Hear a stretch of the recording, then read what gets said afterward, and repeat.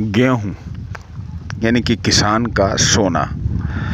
और जब गेहूँ की फसल पक जाती है तो सोने के जैसे ही उसकी जो बालियाँ होती हैं उसका रंग बिल्कुल सोने के जैसा हो जाता है।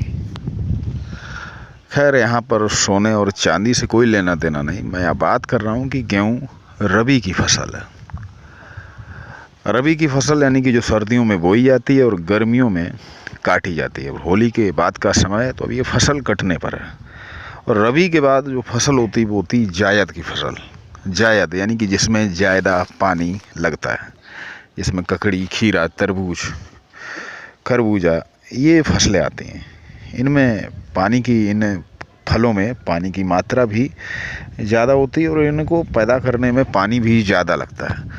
और जो मक्के की फसल होती है ये खरीफ की फसल। खरीफ की फसल यानी कि जिसमें बरसात ज़्यादा होती है। लेकिन खैर अब जायद की फसल में ही लोग मक्के की फसल करने लगे और गेहूं की फसल की दूसरी ओर आप देख रहे हैं मक्के की खेती हो रही है। पहले यहाँ सूरजमुखी की खेती हुआ करती थी, फिर इस पर बैन लगाया गया है। कन्नौज जनपद है क्योंकि इसमें सिंचाई बहुत होती थी सूरजमुखी की।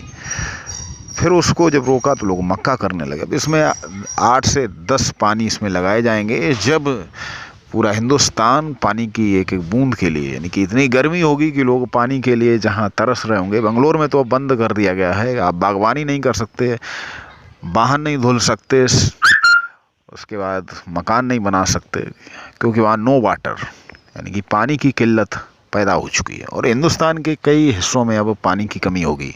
लेकिन वहीं अब आप यहाँ देख सकते हैं कि मक्के की फसल जो सिर्फ थोड़ा बहुत पैसा देगी, या कहते हैं कि कहें कि किसान को थोड़ा लाभ होगा, तो ऐसी फसल को पैदा करने में बहुत सारा पानी खर्च होगा। तो कोशिश करें हम सब मिलकर, जो ज़रूरत नहीं है तो उसको पैदा ना करें।